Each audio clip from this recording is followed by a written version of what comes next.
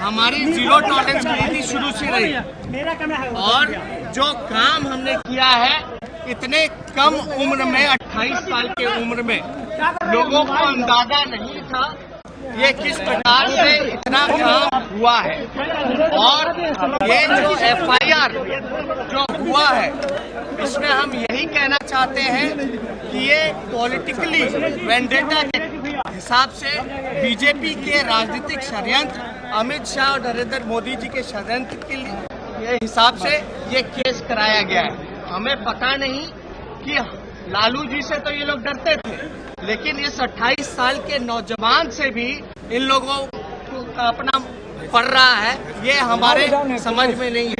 ये लोग भयभीत हैं। हमारी जो छवि रही है, जिस प्रकार से हमने काम किया है, ये लगातार शुरू दिन से ही महागठबंधन तोड़ने के प्रयास में रहे हैं, हमें बदनाम करने के प्रयास में रहे। सिर्फ हमें ही नहीं बल्कि पूरी बिहार को बदनाम करने की साजिश इन लोगों ने रचने का काम किया है। हम लोग पूरी बात कर लेने दीजिए, फिर आपको जो पूछना है।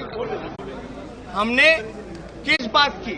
हमने गरीबों की बात की, हमने किसानों की बात की, मजदूरों की बात की, नौजवान की बात की, रोजगार देने की बात की, प्रधानमंत्री को उनके किए गए वादा को निभाने की बात की। इस बात की हम लोगों को सजा दी जा रही है। आरोप नहीं है, ये षड्यंत्र और साजिश और झूठा और फर्जी आरोप है। हम जनता के बीच जाएंगे। बिहार के जनता ने हमको यहाँ चुन करके भेजा है, उस महान जनता के मैंडेट का हम रिस्पेक्ट करते हैं। अपनी बातों को हम जनता के बीच जाएंगे और बिहार की जनता हमारे साथ खड़ी है, बिहार का नौजवान हमारे साथ खड़े हैं। बीजेपी को आने वाले समय में हम लोग मुंहतोड़ जवाब देने का काम करेंगे और देश से खदेड़ने का काम करेंगे। अमित शाह और मोदी जी को हम लोग बता देंगे, जब तक हम लोग इनको बिहार से नहीं बल्कि देश से सफाया नहीं कर देते, तब तक हम लोग दम नहीं लेने का काम करेंगे। और महागठबंधन अटूट है, अटूट रहेगा और चलता रहेगा। और जिसको आप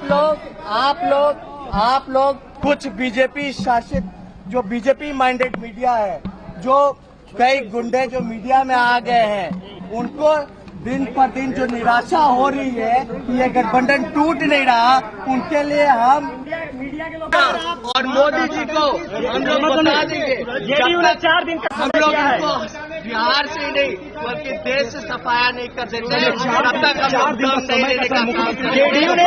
और महागठबंधन अटूट है, अटूट रहेगा।